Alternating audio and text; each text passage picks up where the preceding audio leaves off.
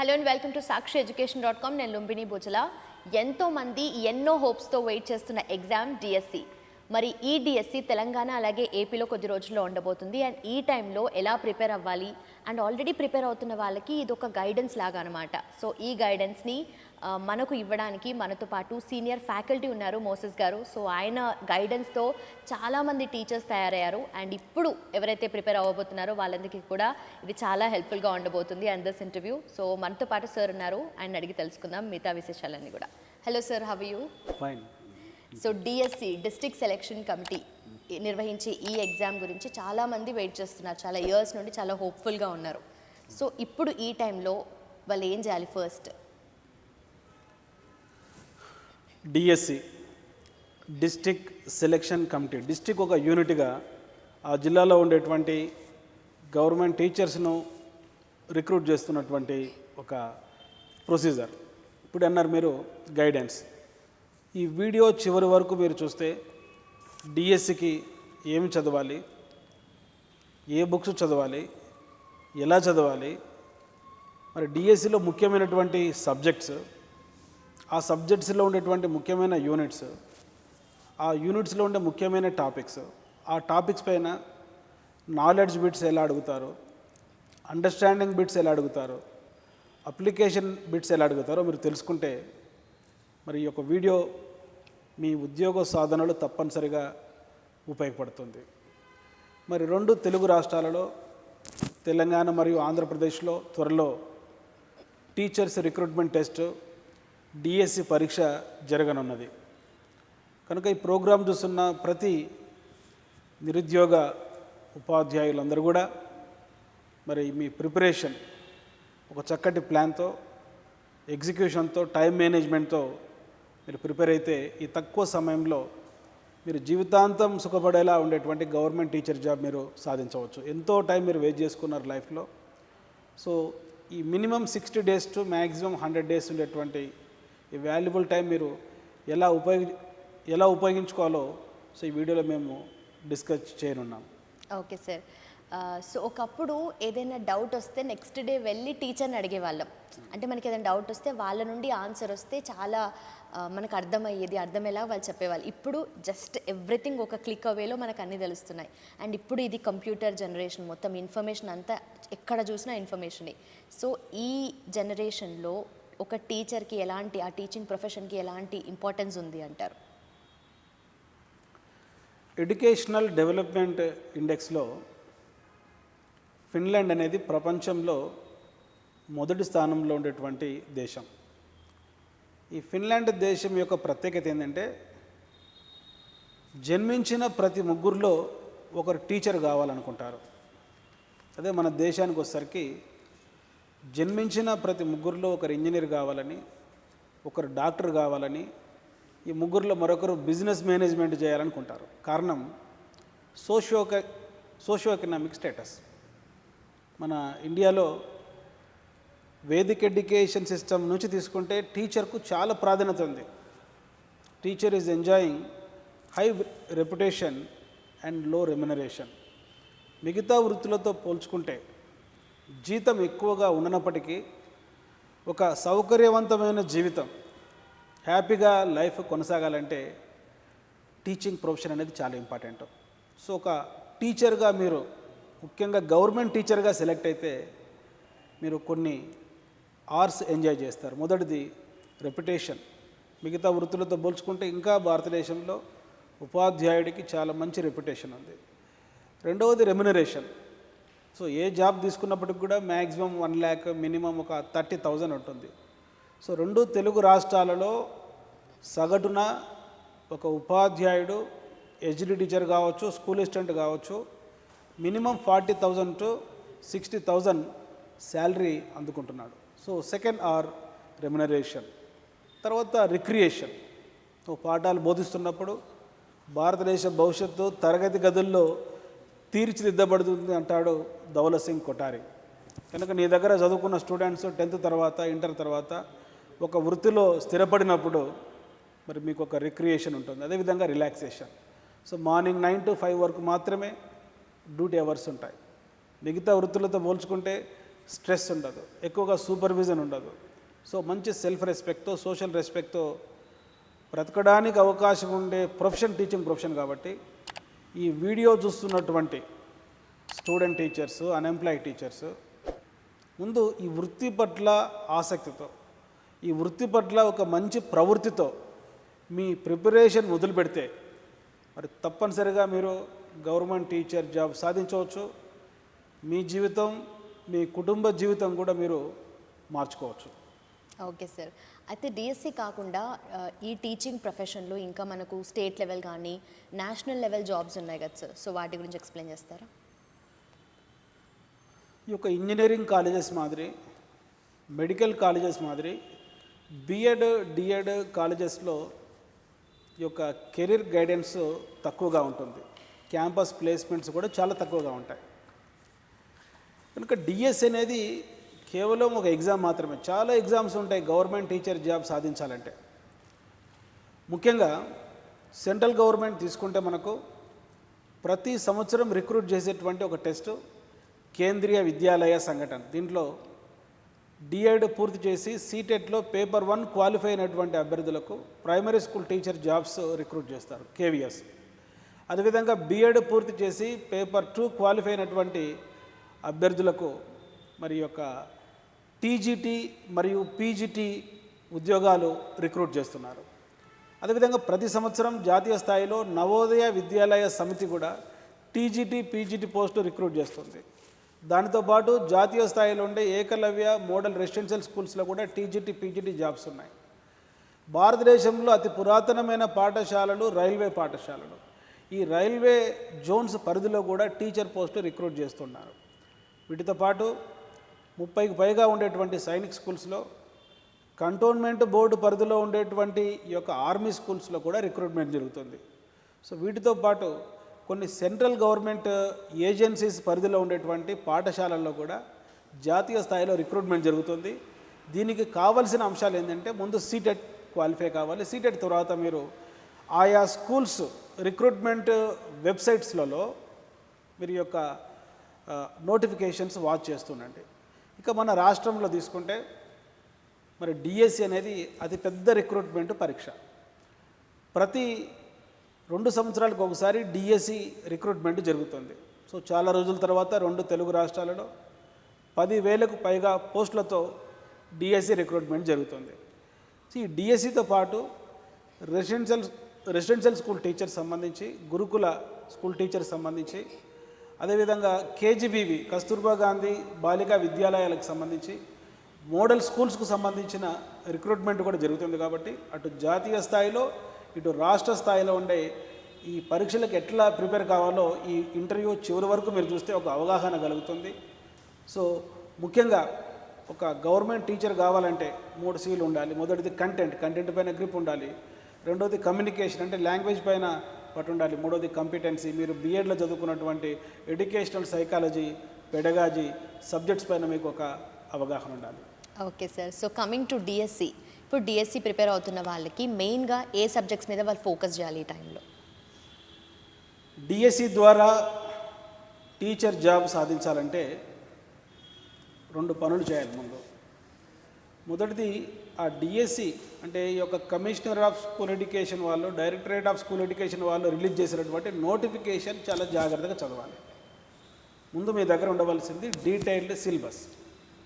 రెండోది ఈ డిఎస్సి పైన గతంలో డిఎస్సి ప్రక్రియ స్టార్ట్ అయింది దాదాపుగా 1989లో. 1994 నుంచి 2024 వరకు ఉమ్మడి ఆంధ్రప్రదేశ్లో, తెలంగాణలో మరియు ఆంధ్రప్రదేశ్లో జరిగిన డిఎస్సి పరీక్షల యొక్క ప్రీవియస్ పేపర్స్ ఉండాలి. పాయింట్ నెంబర్ 1 సిలబస్ ఉండాలి, point number 2 previous question papers ఉండాలి. ఈ 2 ఎప్పుడు కూడా ఒక ఆయుధం మాదిరి మన దగ్గర ఉండాలి.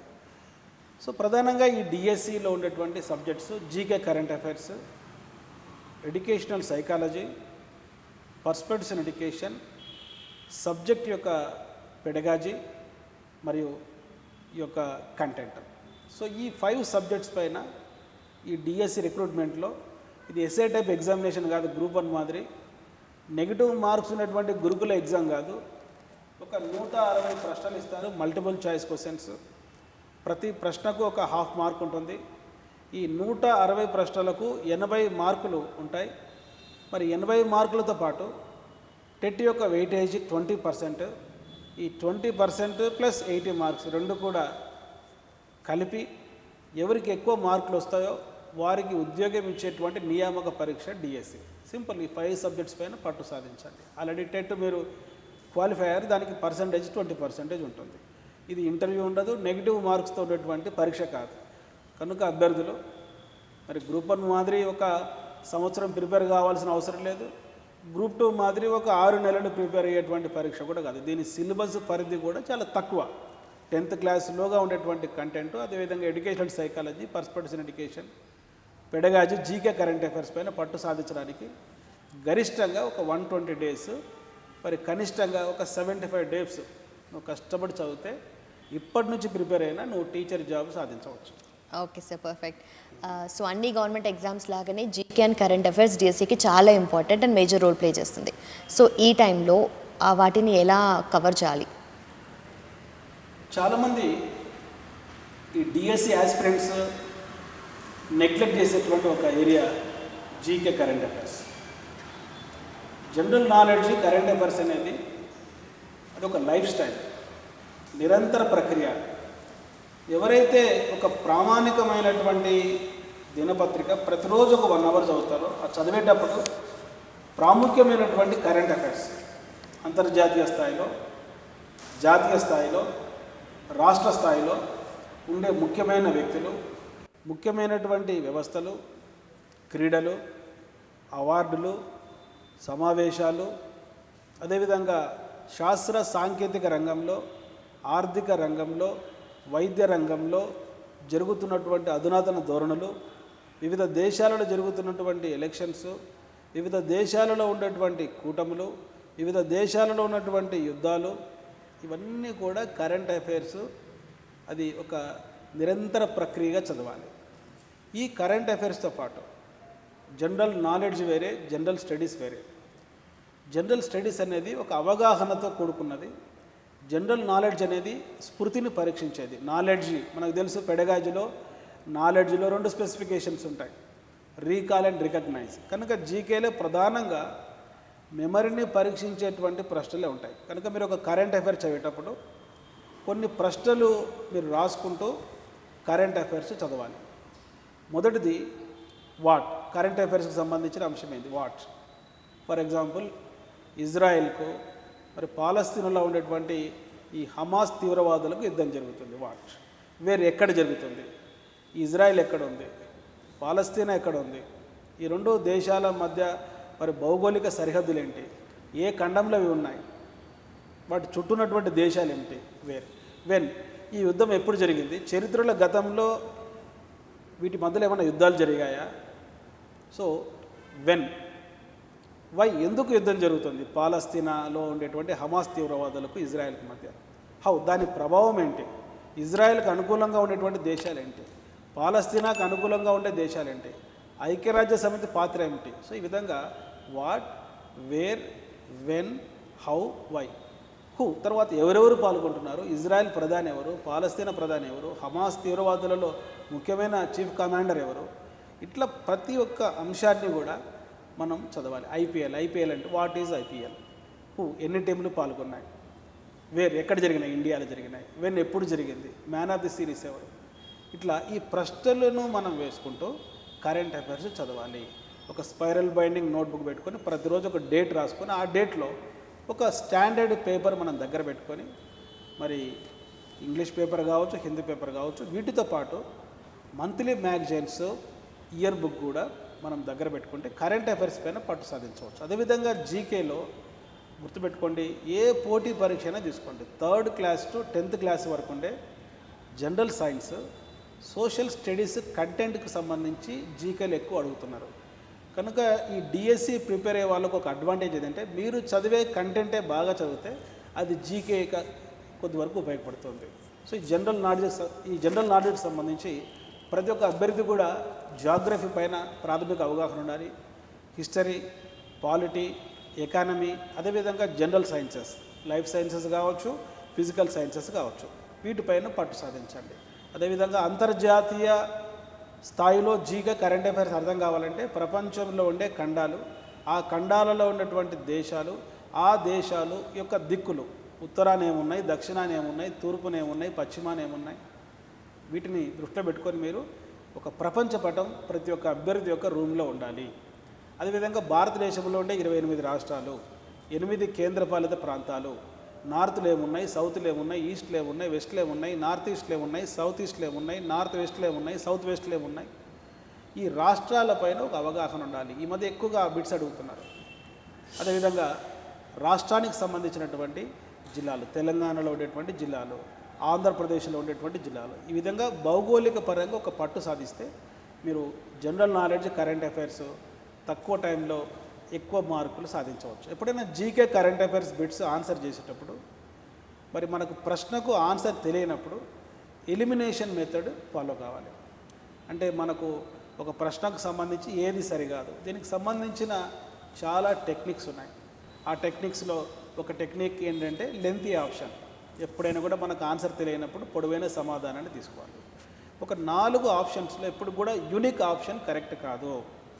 యూనిక్ ప్రత్యేకంగా ఎప్పుడైనా ఒక పేపర్ తయారు చేసేటప్పుడు ఒక ప్రొఫెసర్ ఒక ప్రశ్న కింద ఇచ్చేటువంటి 4 ఆప్షన్స్ పోలికలు ఉండే ఆప్షన్స్ ఇవ్వాలి. అదొక రూల్. ఆప్షన్స్లో పోలికలు లేనప్పుడు, ఆప్షన్స్ సరిసమానంగా లేనప్పుడు, విసిరివేయబడినట్లు ఉండేటువంటి ఒక ఆప్షన్, యూనిక్గా ఉండే ఆప్షన్ కరెక్ట్ కాదు. ఆ ఆప్షన్ ఎలిమినేట్ చేసుకోవాలి. కాంట్రాస్ట్ స్టేట్మెంట్స్, పరస్పర విరుద్ధ వాక్యాలలో ఒకటి కరెక్ట్ కావడానికి అవకాశం ఉంది. కీవర్డ్ రిపీటెడ్, ఎప్పుడైనా మనకి ఇచ్చినటువంటి 4 ఆప్షన్స్లో ప్రతి ఆప్షన్లో ఒక కీవర్డ్ ఉంటుంది. ఆ కీవర్డ్ ఉండేటువంటి ఆప్షన్స్ కరెక్ట్ కావడానికి అవకాశం ఉంది.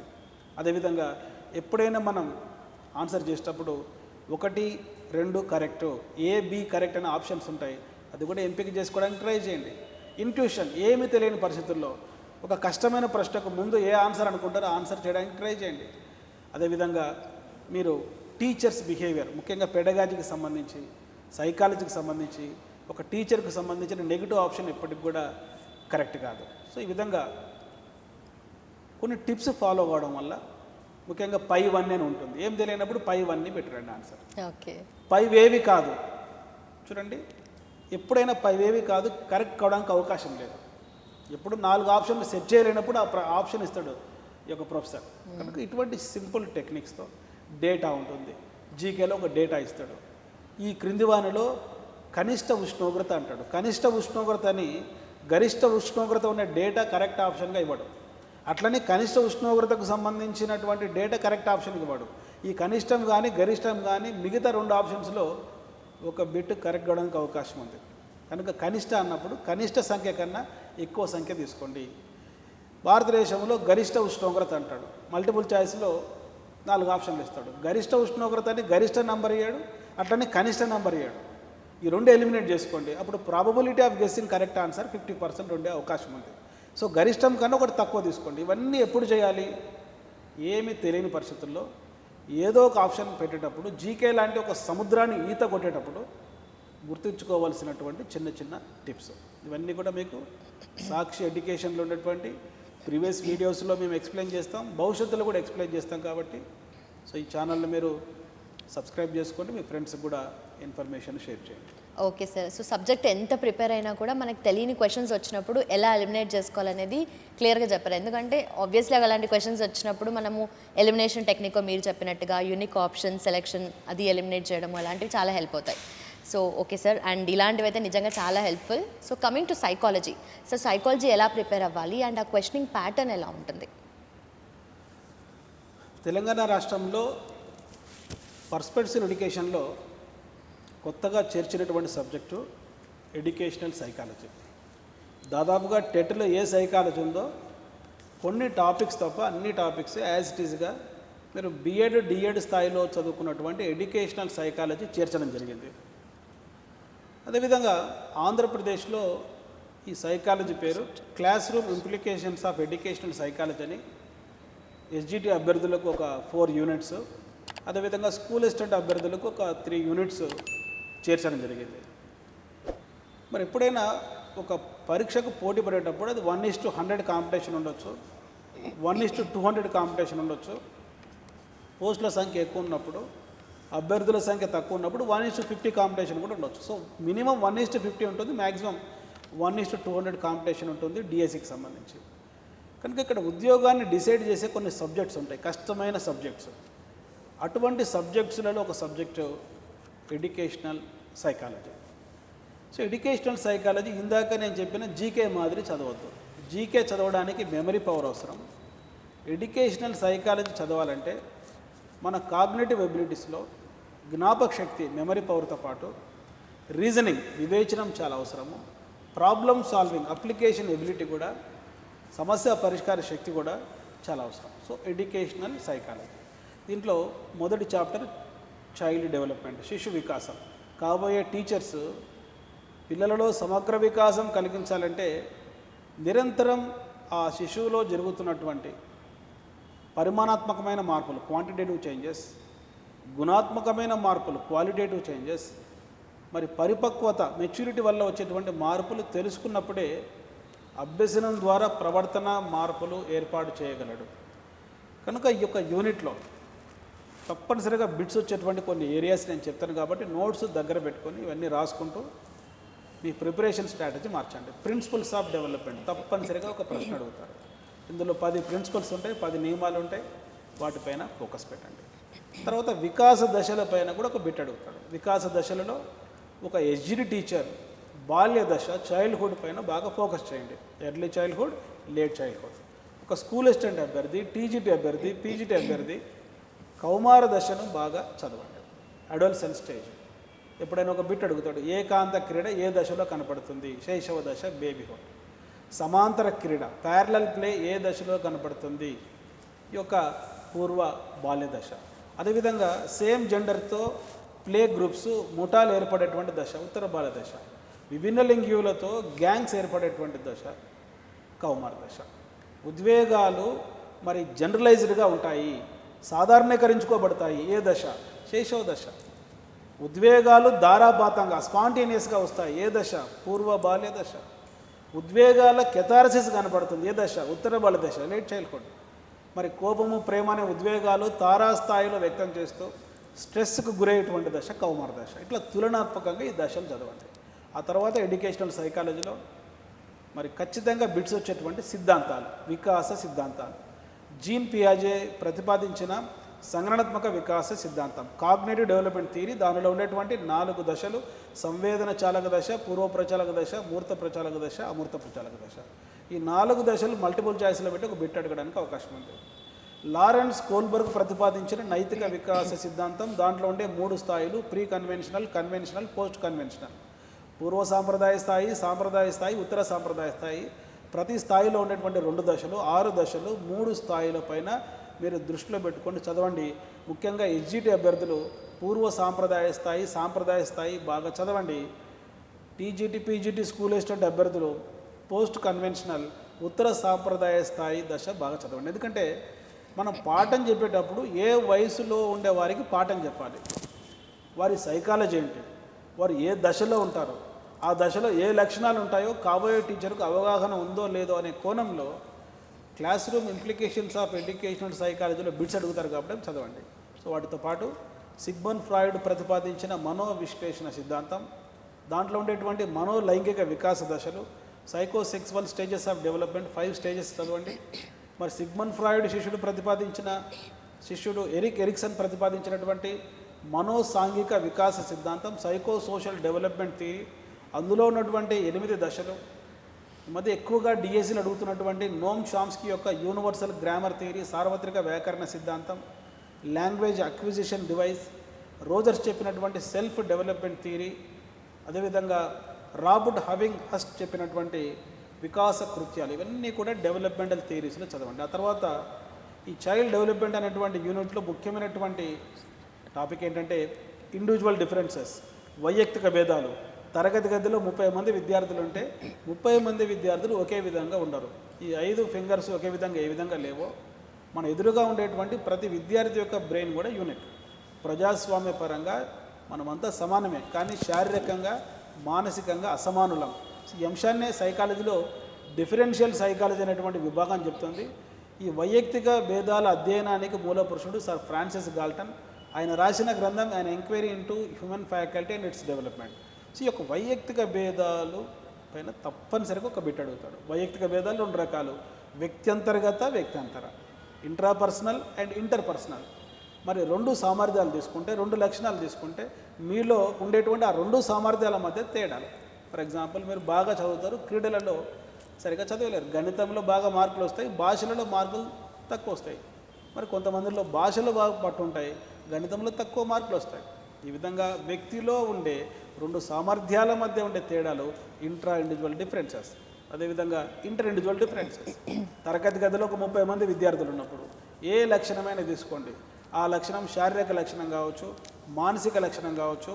మానసిక లక్షణాలలో అది సంవేదన కావచ్చు, ప్రత్యక్షం కావచ్చు, ఆలోచన కావచ్చు, వివేచనం కావచ్చు, ధారణ కావచ్చు, స్మృతి కావచ్చు, విస్మృతి కావచ్చు, సృజనాత్మకత కావచ్చు, సమస్య పరిష్కారం కావచ్చు, వ్యక్తి యొక్క ఉద్వేగాలు కావచ్చు, అనుకూల ప్రతికూల ఉద్వేగాలు కావచ్చు, వ్యక్తుల యొక్క సాంఘిక వికాసం కావచ్చు. ఏ లక్షణం తీసుకున్నా విద్యార్థులందరూ ఒకే విధంగా ఉండరు. ఈవెన్ ఒకే జైగోడు 2 భాగాలైనటువంటి సమరూప కవలలు ఐడెంటికల్ ట్విన్స్లో కూడా మరి డిఫరెన్సెస్ కనపడతాయి. వీటిని ఇంటర్ ఇండివిజువల్ డిఫరెన్సెస్ అంటాం. వీటిని తెలుసుకోవడం వల్ల ఏ పద్ధతిలో పాఠం చెప్పాలి, అసెస్మెంట్ ఏ విధంగా చేయాలి, మన బోధన ఏ విధంగా మార్పు చేసుకోవాలి అని తెలుసుకుంటారు. ముఖ్యంగా తల్లిదండ్రులు, ఉపాధ్యాయులు పిల్లలను కంపేర్ చేయరు. ఎందుకు చేయరంటే మనం సృష్టిపరంగా మనలో భేదాలు ఉంటాయి, మన పిల్లలలో భేదాలు ఉంటాయి. మరి తెలివిలో తేడాలు ఉన్నప్పుడు, స్మృతిలో తేడాలు ఉన్నప్పుడు మార్కులలో కూడా తేడాలు ఉంటాయి. అది యాక్సెప్ట్ చేసేటువంటి అవకాశం కల్పిస్తుంది ఎడ్యుకేషనల్ సైకాలజీ. కనుక ఇండివిజువల్ డిఫరెన్సెస్లో ఇంటెలిజెన్స్ అంటే ఏమిటి, types of intelligence, theories of intelligence, concept of IQ, distribution of IQ, intelligence టెస్ట్లు, క్రియేటివిటీ అంటే ఏమిటి, సృజనాత్మకతలో ఉండేటువంటి దశలు, సృజనాత్మక పరీక్షలు అంటే ఏమిటి, ఆలోచన అంటే ఏమిటి, ఆలోచనలో ఉండేటువంటి రకాలు, సమైక్య ఆలోచన, విభిన్న ఆలోచన, మూర్త ఆలోచన, అమూర్త ఆలోచన, స్వైరాలోచన, హేతుబద్ధ ఆలోచన, పర్యాలోచన, ఊహలతో కూడుకున్నటువంటి ఆలోచన, ఇవి.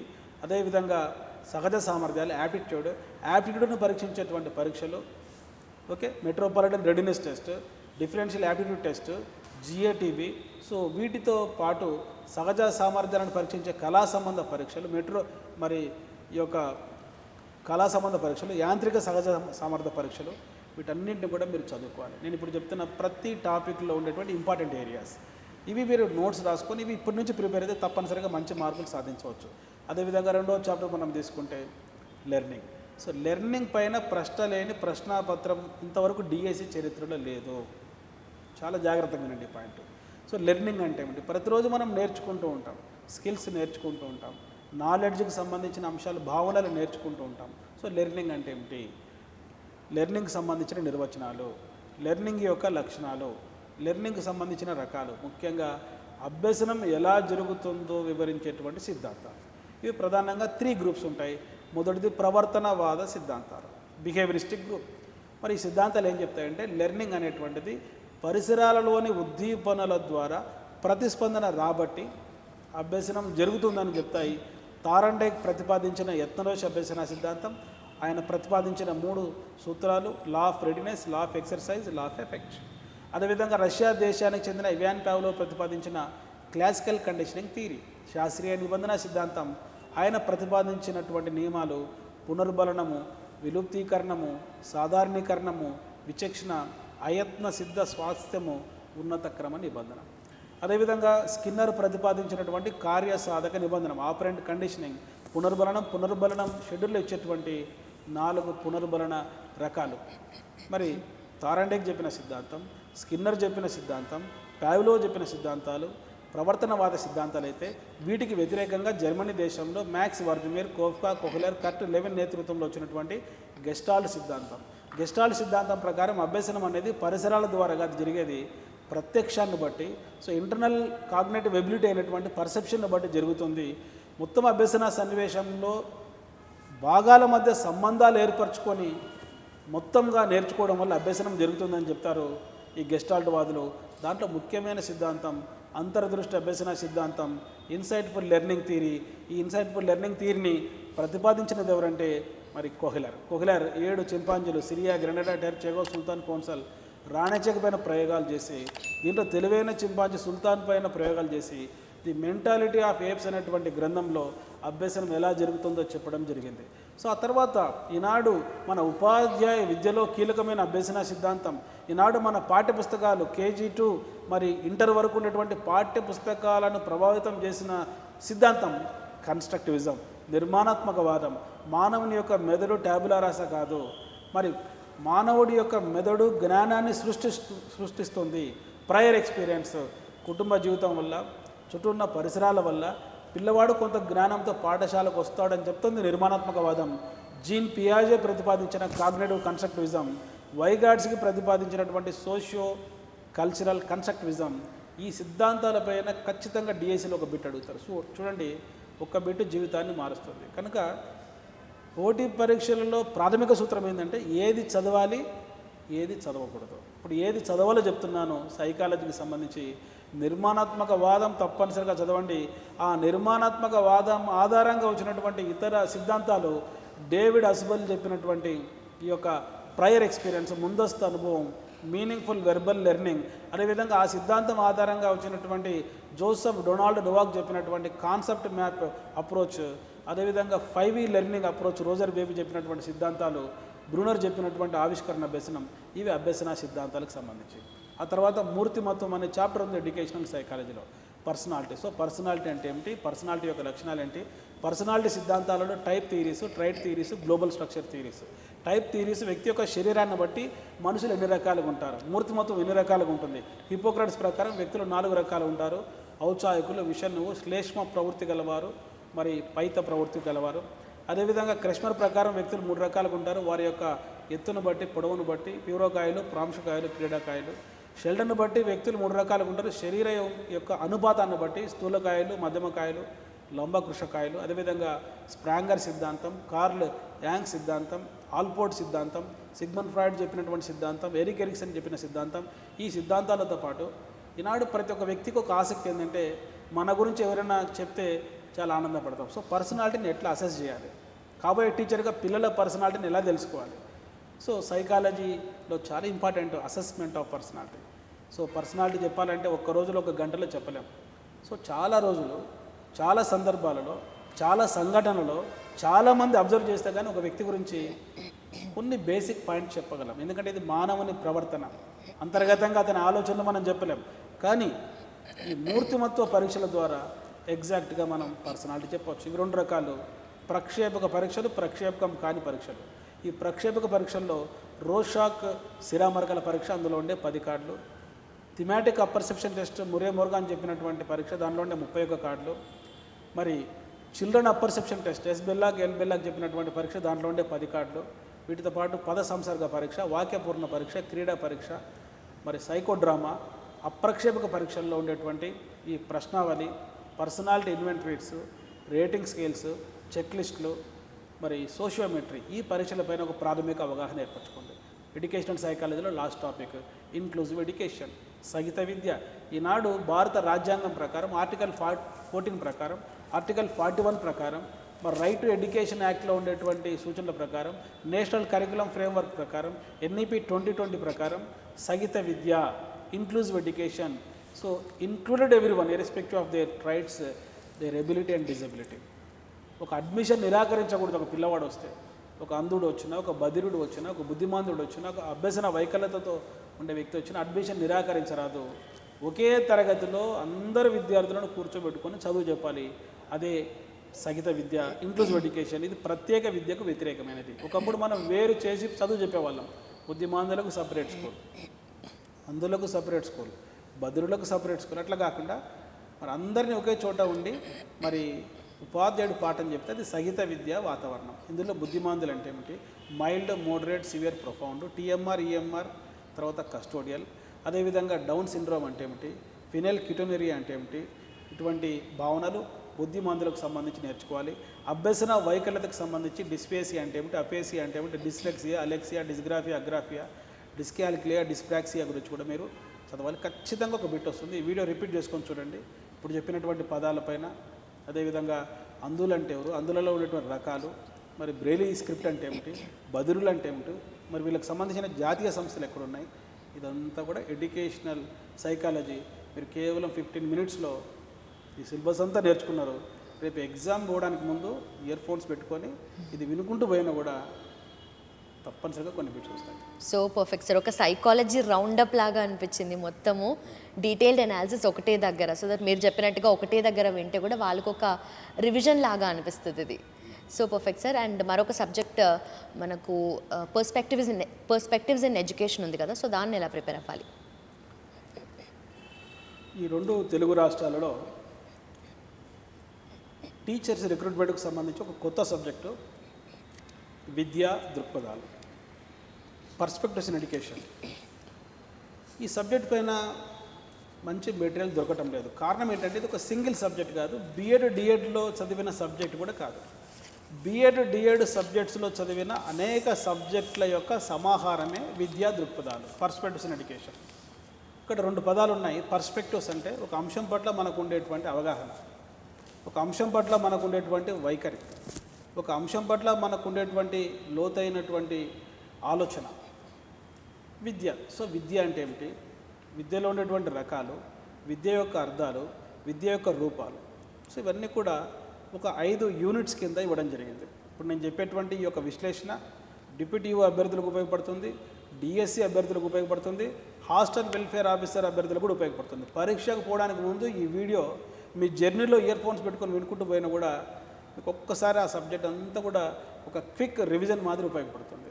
సో ఈ యొక్క విద్యా దృక్పథాలు తీసుకుంటే చారిత్రక దృక్పథం, హిస్టారికల్ పర్స్పెక్టివ్స్ ఆఫ్ ఎడ్యుకేషన్, వేద విద్యా విధానం, బౌద్ధుల విద్యా విధానం, జైనుల విద్యా విధానం, ముస్లింల విద్యా విధానం. తులనాత్మకంగా ఈ విద్యా విధానాలపైన నోట్స్ రాసుకోండి. ఈ విద్యా విధానాలలో ఉండేటువంటి కరికులం, విద్యా ప్రణాళిక, విద్యా ఆశయాలు, ఉపాధ్యాయుడు, బోధనా పద్ధతులు, మరి ఉపాధ్యాయుడి యొక్క పాత్ర, క్రమశిక్షణ, ఆనాటి ఉండేటువంటి పాఠశాలలు. 2 days బ్యాక్ మన ప్రధానమంత్రి నరేంద్ర మోడీ గారు సందర్శించారు ఒక విశ్వవిద్యాలయం. గెస్ చేయండి, నలంద విశ్వవిద్యాలయం. ఈ నలంద విశ్వవిద్యాలయం ఏ విద్యా విధానంలో భాగంగా ఉన్నది? చాలా ఇంపార్టెంట్, బౌద్ధుల విద్యా విధానంలో. అది తిరిగి పునఃప్రారంభించబడింది. దాని మొదటి ఛాన్సలర్ ప్రణబ్ ముఖర్జీ, మొదటి వైస్ ఛాన్సలర్ అమర్త్య సేన్. ఈ నలంద యూనివర్సిటీ ఏ రాష్ట్రంలో ఉంది? బీహార్. సో పర్స్పెక్టివ్స్ ఇన్ ఎడ్యుకేషన్లో నాటి విద్యా విధానాలలో ఎటువంటి పాఠశాలలు ఉండేవి? గురుకులాలు, పరిషత్తులు, సమ్మేళనలు వేద విద్యా విధానంలో ఉంటాయి. ఈ యొక్క ఆరామాలు, మొనాస్టరీలు బౌద్ధుల విద్యా విధానంలో ఉన్నాయి. ముస్లిం విద్యా విధానంలో మక్తాబ్, మదరసా ఇలా లాంటివి, మరి ఈ యొక్క కార్ఖానా లాంటి పాఠశాలలు ఉండేవి ముస్లిం విద్యా విధానంలో. అదేవిధంగా బోధనా పద్ధతులు తీసుకుంటే వేద విద్యా విధానంలో ఉపన్యాస పద్ధతి చూడండి, ఇక్కడ మౌఖికము, శ్రవణము, మననము, నిధిధ్యాసన అనే పద్ధతులు ఉంటాయి. అదేవిధంగా జైనుల విద్యా విధానంలో వైయక్తిక బోధన ఉంటాయి. బౌద్ధుల విద్యా విధానంలో చర్చా పద్ధతి, నేటి డిస్కషన్ మెథడ్కు ఆధారం ఆనాటి బౌద్ధుల విద్యా విధానం. అదే ముస్లిం విద్యా విధానంలో కంఠత విధానం వచ్చింది, సెయింట్ అగస్టిన్ ప్రతిపాదించినటువంటి రెసిటేషన్ మెథడ్. అదేవిధంగా భాషలు, బోధనా భాషలు వేద విద్యా విధానంలో సంస్కృతంలో బోధించేవారు. బౌద్ధుల కాలంలో ఈ యొక్క ప్రాకృతం, పాలి భాషలలో బోధించేవారు. ముస్లిం విద్యా విధానంలో అరబిక్, పర్షియన్ భాషల్లో బోధించేవారు. ఈ విధంగా ఉత్సవాలు తీసుకుంటే వేద విద్యా విధానంలో ఉపనయనం అనే సంస్కారంతో విద్య ప్రారంభమైతే, బౌద్ధుల కాలంలో పబ్బజ్జ అనేటువంటి ఉత్సవంతో మరి విద్య ప్రారంభమైతే, ముస్లిం విద్యా విధానంలో ముస్లిం బాలుడికి 4 సంవత్సరాల 4 నెలల 4వ రోజున బిస్మిల్లా అనేటువంటి ఉత్సవంతో విద్య ప్రారంభమవుతుంది. అదే ముస్లిం బాలికలకు జరిపేటువంటి విద్యా ప్రవేశ వేడుక జార్ఫీ పానీ. ఓకే, ఈ ఒక్క విద్యా విధానాలపైన ఒక అవగాహన ఏర్పరచుకోండి. ఆ తర్వాత మనకు ప్రాచీన విద్యా విధానం ప్రకృతి ఒడిలో ఉంటే, మధ్యయుగంలోకి వచ్చేసరికి ఈ విద్య అంతా కూడా ప్రార్థనా స్థలాల్లోకి వచ్చింది. ముఖ్యంగా 712 తర్వాత, అరబ్బుల దండయాత్ర తర్వాత 16వ శతాబ్దం వరకు ముస్లిం విద్యా విధానం భారతదేశంలో ఉన్నది. ఆ తర్వాత 1498 తర్వాత వాస్కోడి గామా భారతదేశానికి సముద్ర మార్గం కనుక్కున్న తర్వాత ఈ పోర్చుగీస్ వారు, ఆంగ్లేయులు, డచ్ వారు, ఫ్రెంచ్ వారు భారతదేశానికి వచ్చి విద్యా సంస్థలు ఏర్పాటు చేసి పాశ్చాత్య విద్యా విధానాన్ని మనకు పరిచయం చేశారు. ఇక కనుక ఈ బ్రిటిష్ విద్యా విధానంలో ఉండేటువంటి ముఖ్యమైనటువంటి సంఘటనలు సంవత్సరాల వారీగా మీరు గుర్తుంచుకోవాలి. 1498 వాస్కోడిగామా భారతదేశానికి సముద్ర మార్గాన్ని కనుక్కోవడం. 1575లో ఫ్రాన్సిస్ జేవియర్ భారతదేశంలో బాంద్రా వద్ద ఒక తొలి ఆధునిక కళాశాల ప్రారంభించడం. 1716లో జీజన్ బాల్కు మొట్టమొదటి ఉపాధ్యాయ శిక్షణ కళాశాల భారతదేశంలో ప్రారంభించడం. మరి 1792లో అబ్జర్వేషన్స్ అనేటువంటి బుక్ చార్లెస్ గ్రాంట్ రాయడం. దాని ప్రభావం వల్ల వచ్చినటువంటి 1813 చార్టర్ యాక్ట్, 1835లో వచ్చినటువంటి మెకాలే మినిట్స్, మెకాలే ప్రతిపాదించినటువంటి ఆంగ్ల విద్యా విధానం. మరి భారతదేశంలో ఒక కొత్త గుమస్తా వర్గాన్ని తయారు చేయాలి. వారు ఎట్లా ఉండాలంటే రక్తంలో వర్ణంలో భారతీయులుగా, అభిరుచుల అలవాట్లలో ఆంగ్లేయులుగా ఉండేటువంటి ఒక వర్గాన్ని మనం తయారు చేయాలని ఆంగ్ల విద్యను భారతదేశంలో ప్రతిపాదించినటువంటి వ్యక్తి Macaulay. 1854 Woods dispatch, 1882 Hunter commission, 1902 విశ్వవిద్యాలయాల చట్టం, 1904 విశ్వవిద్యాలయాల చట్టం, 1902 విశ్వవిద్యాలయాల కమిషన్, 1910 భారతదేశంలో ఉచిత నిర్బంధ ప్రాథమిక విద్య పైన ప్రవేశపెట్టిన తొలి తీర్మానం గోఖలే తీర్మానం, 1917లో కలకత్తా విశ్వవిద్యాలయాల కమిషన్, 1929లో వచ్చినటువంటి హార్టాక్ కమిటీ. ఈ కమిటీ గుర్తించింది భారతదేశంలోని ప్రాథమిక విద్యలో వృధా స్తబ్దత అనేటువంటి 2 జంట సమస్యలు ఉన్నాయని. 1937లో వచ్చినటువంటి ఎబర్ట్ వుడ్ కమిషన్, 1937లో మహాత్మా గాంధీ భారతీయ విద్యా పరిస్థితులకు అనుకూలంగా మరి ప్రతిపాదించినటువంటి basic education, Wardha educational plan. 1944లో రెండవ ప్రపంచ యుద్ధం జరిగేటప్పుడు భారతదేశంలో బ్రిటిష్ విద్యా విధానంలో ఉన్నటువంటి చివరి కమిషన్ సార్జెంట్ రిపోర్టు. ఇవన్నీ కూడా బ్రిటిష్ విద్యా విధానంలో నేర్చుకోవాలి. ఆ తర్వాత స్వాతంత్రానంతర కమిషన్ల పైన తప్పనిసరిగా ఒక బిట్ అడుగుతారు. నోట్స్ రాసుకుంటూ మీరు వినడానికి ట్రై చేయండి.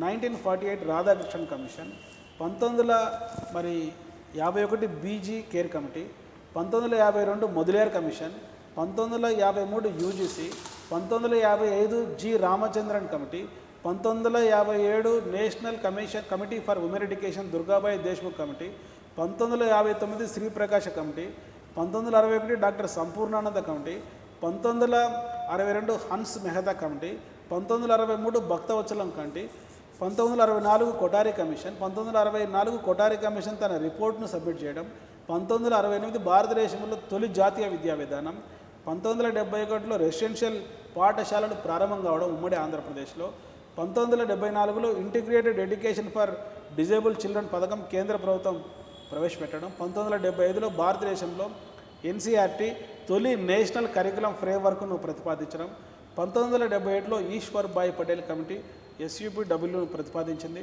1979లో నీపా ఏర్పడడం, 1978లో మాల్కమ్ ఆదిశేషే కమిటీ ఇంటర్మీడియట్ స్థాయిలో వొకేషనల్ జూనియర్ కాలేజీలు విద్య ప్రారంభించుకోవాలని సూచించారు, 1983లో చట్టోపాధ్యాయ కమిటీ, 1986లో మరి 2వ జాతీయ విద్యా విధానం, 1988లో నేషనల్ లిటరసీ మిషన్, 1989లో national institute of open schooling, 1990లో ఆచార్య రామమూర్తి కమిటీ, 1992లో ఎన్ జనార్దన్ రెడ్డి కమిటీ, 1993లో యశ్పాల్ కమిటీ, 1994లో NAAC national assessment and accreditation council, 1995లో కోనేరు రామకృష్ణారావు కమిటీ సిఫారసుల విద్యకు సంబంధించి, 2001లో సర్వశిక్ష అభియాన్, 2002లో 86వ రాజ్యాంగ సవరణ, 2003 సంవత్సరంలో national programme for education of girls at elementary level, 2004లో కస్తూర్బా గాంధీ బాలికా విద్యాలయాలు, 2005లో నేషనల్ కరికులం ఫ్రేమ్వర్క్, అదేవిధంగా 2008లో మోడల్ స్కూల్స్,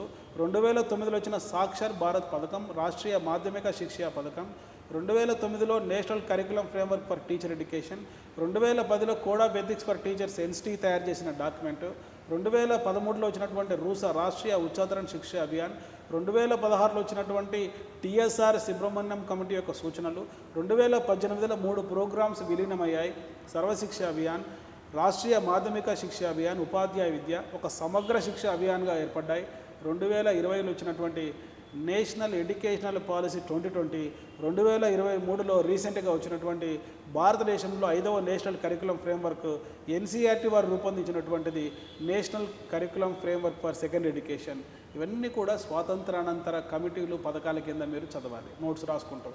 అదేవిధంగా ఉపాధ్యాయ సాధికారత అంటే ఏమిటి, ఉపాధ్యాయ సాధికారతని పెంపొందించేటువంటి జాతీయ సంస్థలు, రాష్ట్ర సంస్థలు, మరి ఉపాధ్యాయ శిక్షణ అంటే ఏమిటి, ఉపాధ్యాయ శిక్షణలో వృత్తిపూర్వక శిక్షణ అంటే ఏమిటి, వృత్యంతర శిక్షణ అంటే ఏమిటి, వృత్తిపూర్వక శిక్షణ అందించేటువంటి డైట్లు అంటే ఏమిటి, వృత్తిపూర్వక శిక్షణ అందించేటువంటి బిఎడ్ కాలేజీలు, కాలేజ్ ఆఫ్ టీచర్ ఎడ్యుకేషన్, ఐఏఎస్సీలు, ఆర్ఐఈలు, వృత్యంతర శిక్షణ అందించేటువంటి ఎస్సీఆర్టీ, ఎన్సీఆర్టీ, ఇదంతా కూడా సెకండ్ యూనిట్లో మీరు నేర్చుకోవాలి. అదేవిధంగా ఒక ప్రధాన ఉపాధ్యాయుడు నిర్వహించేటువంటి ముఖ్యమైన రికార్డులు, రిజిస్టర్లు, వీటిలో లాగ్ బుక్ అంటే ఏమిటి, లెడ్జర్ అంటే ఏమిటి, అక్విటెన్స్ అంటే ఏమిటి, మరి క్యుములేటివ్ రికార్డ్ అంటే ఏమిటి, ఓకే, అదేవిధంగా అక్విటెన్స్ రికార్డ్ అంటే ఏమిటి, ఇవన్నీ కూడా మీరు 2వ చాప్టర్ నేర్చుకోవాలి.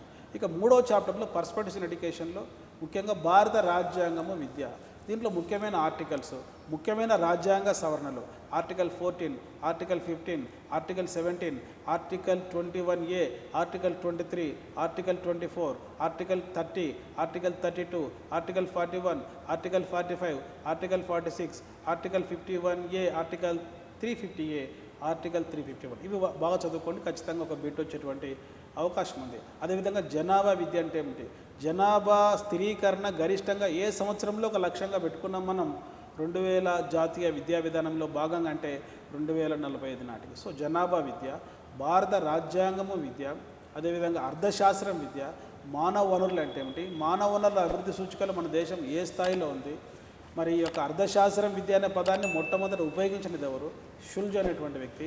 మరి సమానత్వం అంటే ఏమిటి, సమత అంటే ఏమిటి, ఈక్వాలిటీకి ఈక్విటీకి మధ్యలో ఉన్నటువంటి తేడాలు ఏంటి, విద్యా సమాన అవకాశాలకు సంబంధించిన ముఖ్యమైనటువంటి పథకాలు, 1991లో వచ్చినటువంటి LPG policies, liberalisation, privatisation, globalisation, దాని ప్రభావం విద్యపైన ఏ విధంగా ఉంది, అదేవిధంగా రాష్ట్ర స్థాయిలో, కేంద్ర స్థాయిలో ముఖ్యంగా ఉండేటువంటి పథకాలు, ఆ పథకాల పేర్లు ఇటీవల మారుస్తున్నారు, ఆ పేర్లు కూడా మీరు గుర్తుపెట్టుకోండి.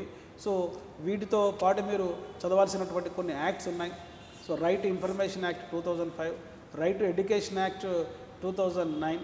సో వాటితో పాటు కొన్ని మరి హ్యూమన్ రైట్స్ గురించి, చైల్డ్ రైట్స్ గురించి మీరు చదువుకోవాలి. తర్వాత నేషనల్ కరికులం ఫ్రేమ్వర్క్ 2005, ఇప్పుడు కొత్తగా వచ్చినటువంటి నేషనల్ కరికులం ఫ్రేమ్వర్క్ కూడా చదువుకుంటే మంచిది. National curriculum framework for secondary education 2023 చాలా ఇంపార్టెంట్, ఖచ్చితంగా బిట్ వచ్చేటువంటి ఏరియా. జాతీయ విద్యా విధానం 2020, ఇవన్నీ కూడా విద్యా దృక్పథాలు, పర్స్పెక్టివ్స్ ఎడ్యుకేషన్కి సంబంధించిన ముఖ్యమైన యూనిట్లు, ముఖ్యమైన టాపిక్స్, ముఖ్యమైన సబ్ టాపిక్స్. ఓకే, అంటే ఎట్లా గుర్తుపెట్టుకుంటారు సార్ అసలు ఇన్ని ఇయర్స్ అండ్ ఇన్ని కమిటీస్ కూడా మీరు అసలు గుక్క తిప్పుకోకుండా ఎన్ని ఇయర్స్ నుండి చెప్తున్నారు, అసలు ఎంత ఎక్స్పీరియన్స్ ఉందో మీకు ఇక్కడ చూస్తే అర్థమవుతుంది. సో స్టూడెంట్స్కి ఏమైనా చెప్తారా ఇలాంటి టిప్స్, ఎలా గుర్తుపెట్టుకోవాలి ఏంటనేది? చాలా సింపుల్ అండి. తారండేక్ సిద్ధాంతం, యత్న దోష అభ్యసన సిద్ధాంతం, ట్రయల్ అండ్ ఎర్రర్ మెథడ్, దాంట్లో 3 లాస్ ఉంటాయి. ఫస్ట్ లా ఏంటంటే law of readiness, second law of exercise, third law of effect. 2వ లానే నేను ఇప్పుడు ఉపయోగించింది, లా ఆఫ్ ఎక్సర్సైజ్. అది మనకి ఎప్పుడో వేమన ఒక వేప చెట్టు కింద కూర్చొని చెప్తాడు, అనగా అనగా రాగం అతిశయుచుండు, తినగ తినగ వేము తీయగానుండు, సాధనముల పనులు సమకూరు ధరలోన విశ్వదాభిరామి మెరుగేమ.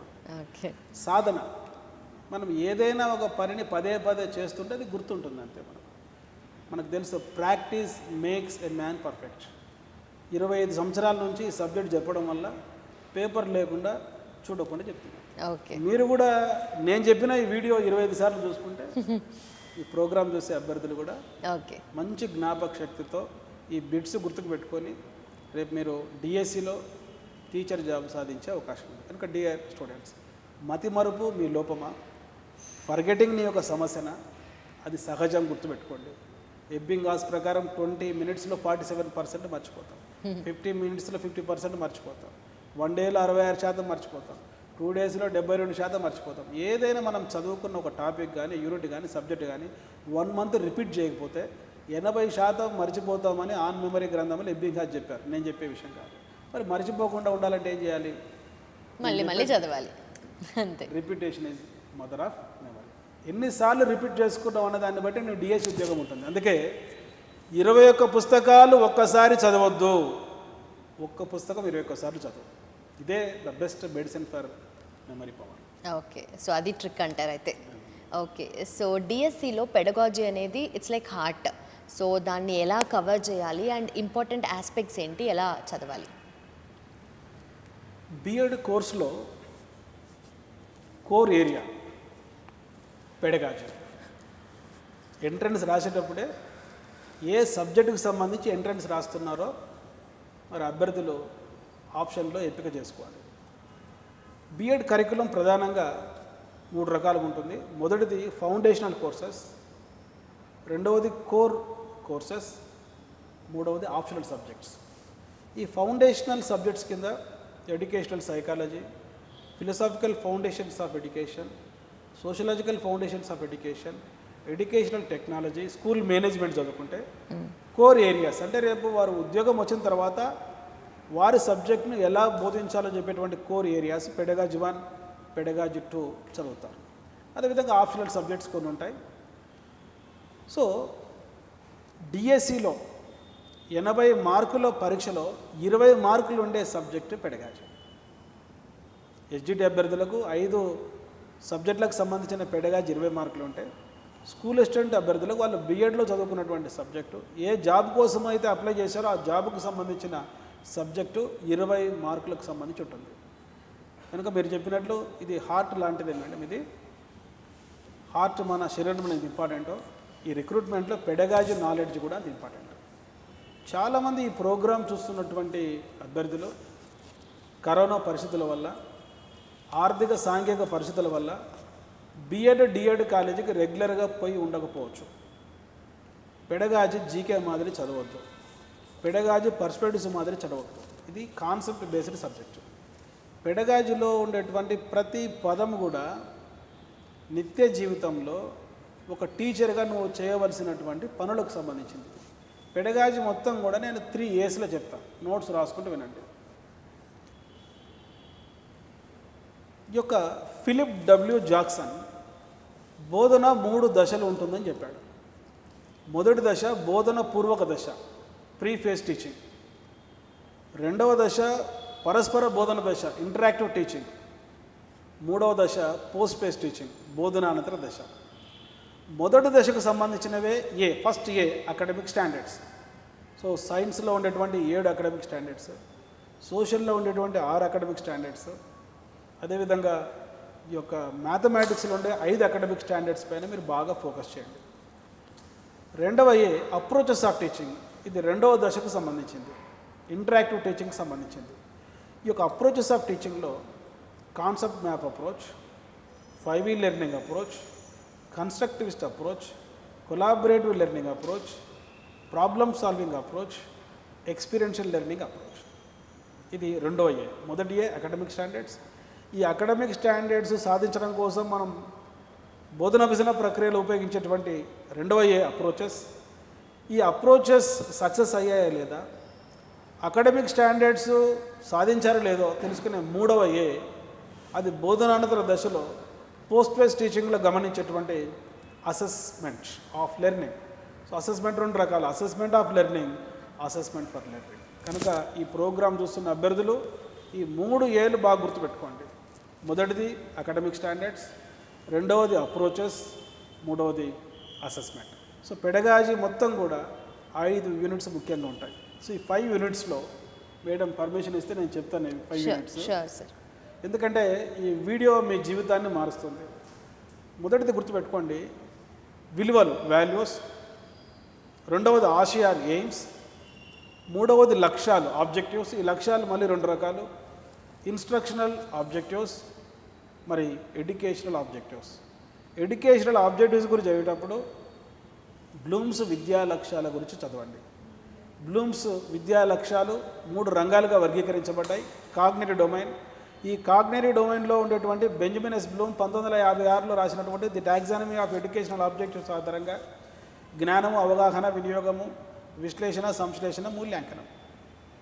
దీన్ని రివిజన్ చేసి 2001లో Anderson Krathwohl the taxonomy of learning, teaching and assessment, a revision of Bloom's taxonomy of educational objectives అనే గ్రంథంలో బ్లూమ్స్ చెప్పినటువంటి 6 లక్ష్యాలను వాటి స్ట్రక్చర్లో, వాటి ఎంఫసిస్లో, వాటి టెర్మినాలజీలో మార్పులు చేస్తూ జ్ఞప్తికి తెచ్చుకోవడం, అవగాహన చేసుకోవడం, వినియోగించడం, విశ్లేషించడం, మూల్యాంకనం, తర్వాత అత్యున్నత లక్ష్యం సృష్టించడం అనేటువంటి పదాలుగా మార్చారు.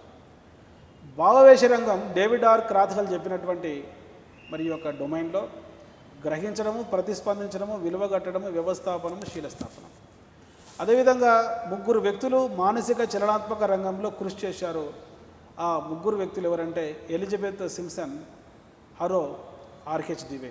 వీరు మానసిక చలనాత్మక రంగంలో అనుకరణ, హస్తలాఘవం, సునిశ్చితత్వం, సమన్వయము, సహజీకరణం. సో ఇంగ్లీష్లో బ్లూమ్స్ టాక్సానమీ తీసుకుంటే knowledge, understanding, application, analysis, synthesis and evaluation.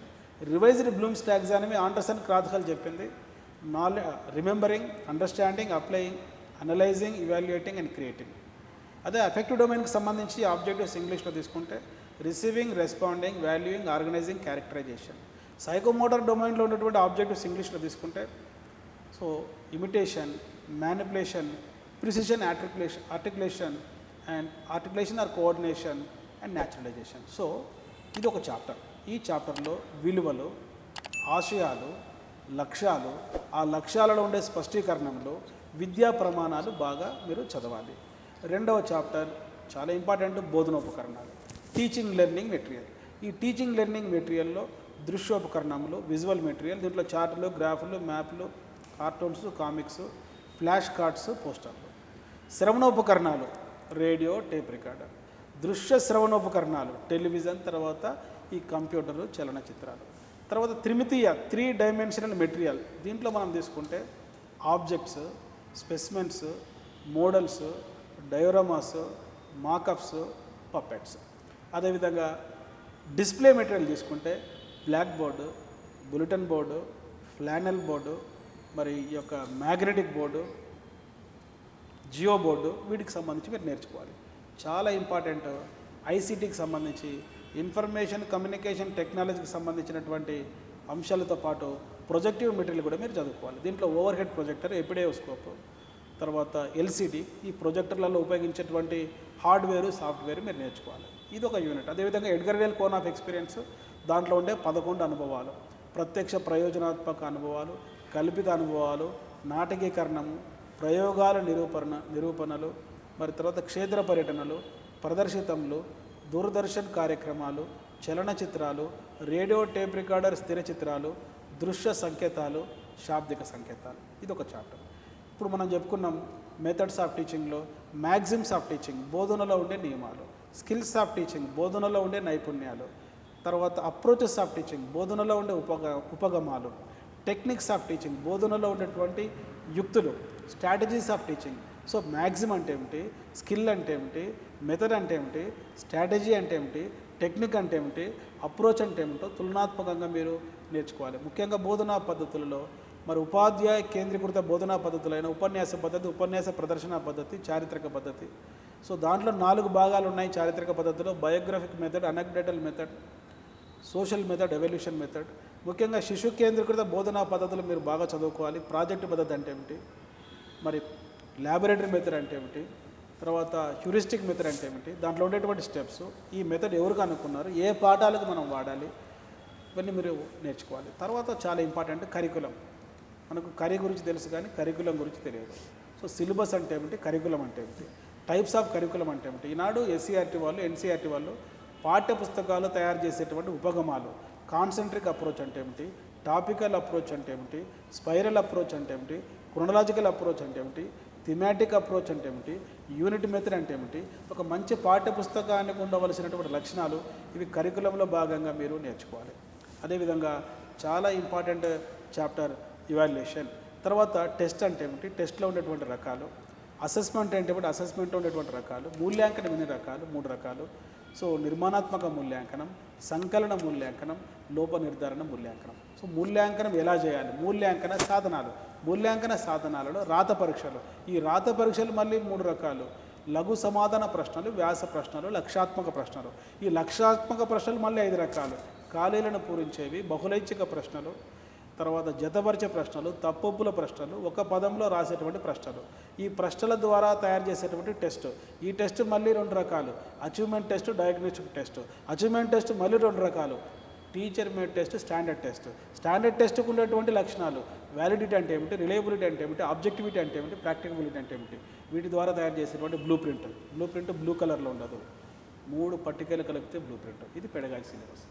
Okay sir. అయితే డిఎస్సిలోని కంటెంట్ని మనము ప్రిపేర్ అవ్వాలి అంటే ఒక స్టాండర్డ్ బుక్ కావాలి. సో ఏ బుక్ మీద ప్రిపేర్ అయ్యే వాళ్ళు రిలై అవ్వచ్చు అంటారు? చాలా మంచి ప్రశ్న అండి. ఈ ప్రోగ్రాం చూస్తున్న విద్యార్థులు కూడా ఆసక్తిగా ఏ సమాధానం వస్తుందో చూసేటువంటి ప్రశ్న. ఏ బుక్స్ చదవాలి కంటెంట్కి సంబంధించి ఎస్, చాలా ఇంపార్టెంట్. ఇప్పుడు ఆంధ్రప్రదేశ్లో కొత్తగా 10th బుక్స్ కూడా మార్చారు. తెలంగాణలో కూడా 2017 నుంచి పాఠ్యపుస్తకాలు మారుస్తున్నారు. ఓకే. సో ప్రభుత్వం మారిన తర్వాత పాఠ్యపుస్తకాలలో ముందు మాటనే కాకుండా మారుతున్న శాస్త్ర సాంకేతిక పరిస్థితులకు అనుగుణంగా కొత్త పాఠ్యాంశాలు యాడ్ చేస్తూ ఉంటారు. కనుక ఈ యొక్క అకాడమిక్ ఇయర్ 2024-25 అకాడమిక్ ఇయర్కి సంబంధించి జాగ్రత్తగా వినండి. ఎడ్జిటి అభ్యర్థులు 1st క్లాస్ నుంచి 10th క్లాస్ వరకు మీకు సంబంధించినటువంటి సైన్స్, మ్యాథమెటిక్స్, సోషల్, వీటితో పాటు Telugu, English, grammar point of వ్యూలో, లిటరేచర్ పాయింట్ ఆఫ్ వ్యూలో చదువుకోండి. అదేవిధంగా స్కూల్ అసిస్టెంట్ అభ్యర్థులు 3rd క్లాస్ టు ఇంటర్ వరకు 2024-25 అకాడమిక్ ఇయర్లో ఉన్నటువంటి పుస్తకాలు చదువుకోవాలి. ఈ పుస్తకాలు ఎక్కువ సార్లు చదవండి. ఇందాక నేను చెప్పాను కదా, ఒక్క పుస్తకాన్ని ఎక్కువ సార్లు చదవండి, ఎక్కువ పుస్తకాలు ఒకసారి చదవండి. So these are the best books for content. Okay sir. So generally ప్రిపరేషన్లో ఉన్న వాళ్ళు ఎలాంటి మిస్టేక్స్ చేస్తూ ఉంటారు అండ్ వాటిని ఓవర్కమ్ చేయాలంటే ఏం చేయాలి? జాబ్ వచ్చే వ్యక్తికి, జాబ్ రాని వ్యక్తికి స్వల్పమైనటువంటి తేడాలు ఉంటాయి అంతే. మరి జాబ్ వచ్చే వ్యక్తి ప్లాన్ చేసుకుంటాడు, జాబ్ రాని వ్యక్తి ప్లానింగ్ ఉండదు. ఓకే. డెడ్ లైన్స్ ఉంటాయి, టార్గెట్స్ ఉంటాయి. జాబ్ రాని వ్యక్తి టార్గెట్ పెట్టుకోడు, ఈ రోజంతా చదవాలనుకుంటాడు ఉండదు. కానీ జాబ్ వచ్చే వ్యక్తి ప్రతి 10 నిమిషాలకి ఏం చదవాలి, ప్రతి 1 అవర్కి ఏం చదవాలి, ప్రతి సెషన్కి ఏం చదవాలి, ప్రతి రోజు ఏం చదవాలి, ప్రతి వీక్ ఏం చదవాలి, ప్రతి నెల ఏం చదవాలి, ఈ 100 రోజులలో ఏం చదవాలో ఒక టార్గెట్ ఉంటుంది, ఒక డెడ్ లైన్ ఉంటుంది, ఒక ప్లాన్ ఉంటుంది. అది జాబ్ వచ్చే వ్యక్తి లక్షణం. రాని వ్యక్తికి ప్లాన్ ఉండదు. So if you fail to plan, you are planning to fail. మీకు నాలెడ్జ్ లేక కాదు, తెలివితేటలు లేక కాదు జాబ్ రానిది. మొదటి లక్షణం మీకు ప్లానింగ్ ఉండదు. రెండవది ఆ ప్లాన్ను ఎగ్జిక్యూట్ చేయరు. ఎగ్జాక్ట్లీ. సోషో యాక్టివిటీస్ అనమాట. బంధువులు వచ్చారు, స్నేహితులు వచ్చారు, సోషల్ మీడియా ఉంది, సినిమాకి పోవాలి, సీరియల్ చూడాలి, ఓకే, ఎగ్జిక్యూట్ చేయరు. ప్లాన్ చేసుకున్నంత మాత్రాన మీకు ఉద్యోగం రాదు. ఆ ప్లాన్ యాజ్ ఇట్ ఈస్గా ఎగ్జిక్యూట్ చేయాలి. ఈ గంటలో ఈ టాపిక్ చదవాలి, అంతే.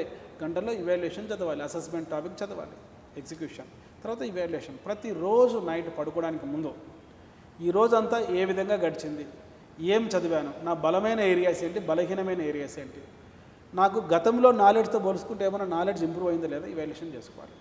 కానీ జాబ్ రాని వ్యక్తి ఏంటంటే ఈ ప్లానింగ్ ఉండదు, ఎగ్జిక్యూషన్ ఉండదు, ఇవాల్యుయేషన్ ఉండదు. ఓ స్త్రీ రేపురా అన్న సామెత మాదిరి రేపు చదువుతాం, ఎల్లుండి చదువుతాం, పదే వాయిదా వేస్తుంటాడు.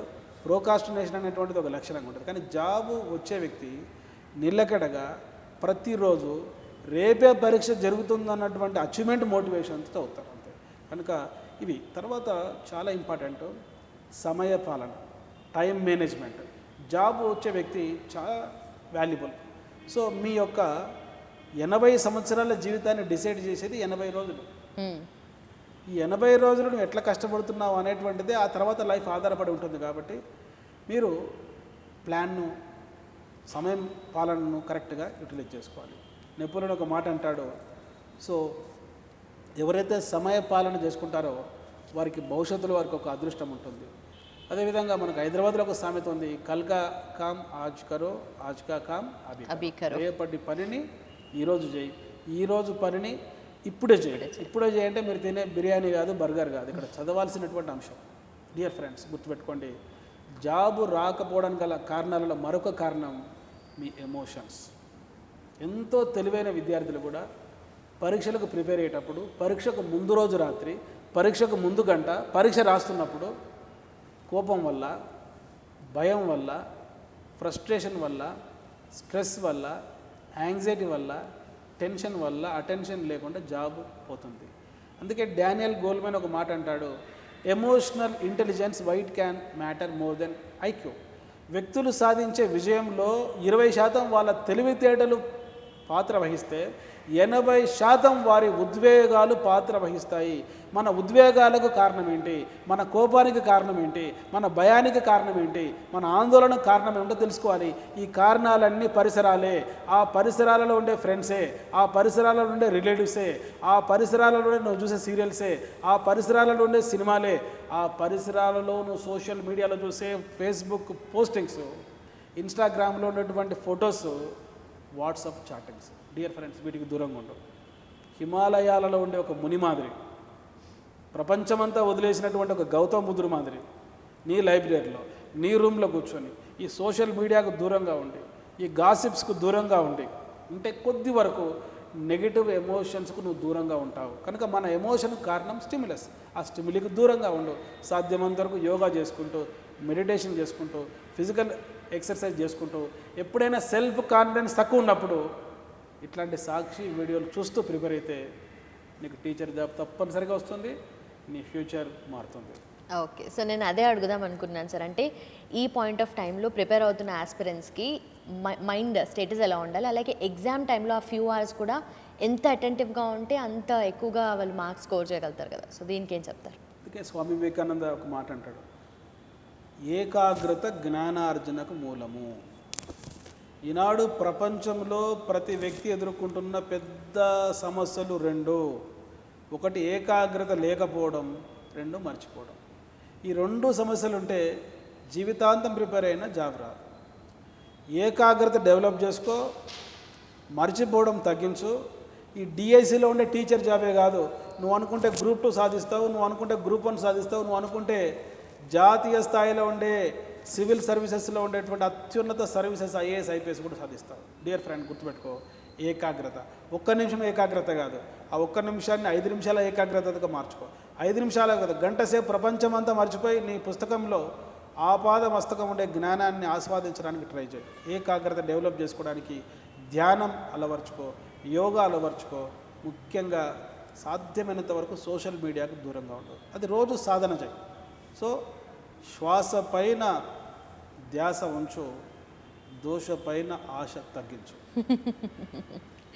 ఓకే సార్, అంటే సోషల్ మీడియా అనేది ఎంత పెద్ద డిసడ్వాంటేజ్ ఏంటంటే దాన్ని జనరలీ మనం ఫోన్ చూస్తూ దాంట్లో అప్డేట్స్ వస్తుంటాయి కదా, అచ్చా దానివల్ల కూడా నాకు నాలెడ్జ్ వస్తుంది కదా అని చెప్పేసి అందుకోసం చూస్తున్నా అన్న రీజనింగ్ వాళ్ళకి వాళ్ళు ఇచ్చుకుంటూ సోషల్ మీడియా చూస్తూ ఉంటారు చాలామంది. సో దానికి ఏమంటారు? చాలా మంచి ప్రశ్న లుంబిని గారిది. మన పిల్లలు పుట్టడమే ఇప్పుడు టెక్నాలజీ ఎక్విప్డ్ జనరేషన్ అంతా కూడా. వాడు పుడుతూనే సెల్ ఫోన్ పట్టుకొని పుడుతున్నాడు, పారామెడికల్ స్టాఫ్ చేతులు ఉండేది. కనుక మనకు టెక్నాలజీ వాడుకోవాలి. ఎడ్యుకేషన్ రిలేటెడ్ వాట్సాప్ గ్రూప్లో, ఎడ్యుకేషన్ రిలేటెడ్ ఫేస్బుక్ గ్రూప్లో ఇటువంటి సోషల్ మీడియా ఉండేటువంటి వీడియోస్ చూస్తే తప్పులేదు. కానీ ఫ్రెండ్స్ చాటింగ్ ఎటువంటిదంటే, ఎగ్జామ్ పోస్ట్పోన్ అయింది, ఆల్రెడీ పేపర్ లీక్ అయింది, జాబ్ రాదు, నీలో ఉండే కాన్ఫిడెన్స్ తగ్గించే చాట్స్ వచ్చినప్పుడు, పోస్టింగ్స్ వచ్చినప్పుడు నీ మానసికంగా ఉండే ఏకాగ్రత తగ్గుతుంది, నువ్వు నెగిటివ్ ఎమోషన్స్కి గురవుతావు. అందుకే సోషల్ మీడియాలో ఏది చూడాలి, ఏది చూడకూడదు అనేది చాలా ఇంపార్టెంట్. కనుక అభ్యర్థులు ఈ వీడియోను పదే పదే చూడండి బోర్ కొట్టినప్పుడు. మరి ఎగ్జామ్ పోవడానికి ముందు కూడా ఇయర్ ఫోన్స్ పెట్టుకొని చూడండి. ఒకటే చెప్తున్నాను, అన్నిటికన్నా చాలా ఇంపార్టెంట్, యుద్ధం చేయాల్సింది నువ్వు. మేమంతా కూడా వ్యూహకర్తలం, మెంటర్స్. మా సూచనలన్నీ అమలు చేయాల్సింది ఆ యుద్ధ రంగంలో, ఆ మేధో యుద్ధంలో. ఆ 150 నిమిషాలు 180 నిమిషాలు నువ్వే. కాబట్టి ఎక్కడ కూడా కాన్ఫిడెన్స్ తగ్గించుకోవద్దు. నీ జిల్లాలో నీ కేటగిరీలో ఒక పోస్ట్ ఉంటే ఆ పోస్ట్ నాదే, నా కంటెంట్, నా కమ్యూనికేషన్, నాకుండేటువంటి మెటీరియల్తో, నాకుండే క్లాస్ నోట్స్తో నేను సాధిస్తాను అన్న అచంచల ఆత్మవిశ్వాసం ఉంటే ఈ ప్రపంచంలో ఏదైనా సాధించవచ్చు. సో అల్ప విశ్వాసం వద్దు, అతి విశ్వాసం వద్దు. ఆత్మవిశ్వాసంతో ప్రిపేర్గా రాబోయే డిఎస్సిలో కాబోయే టీచర్ అయ్యి నీ జీవితంలో నేను చెప్పినటువంటి 4 అవర్స్ ఎంజాయ్ చేయి. Reputation, remuneration, recreation and relaxation. I wish you all the best. ఇవన్నీ చేస్తే రికగ్నిషన్ కూడా వచ్చేస్తుంది. ఎస్ అండి. Thank you so much sir. ఇంత డీపెస్ట్ అనాలిసిస్ అసలు ఎక్కడ చూసుండరు. ఇప్పుడు ప్రిపేర్ అవుతున్న డిఎస్సి వాళ్ళకి ఇది చాలా helpful. And thank you so much for your time sir. Okay, all the best. Okay sir.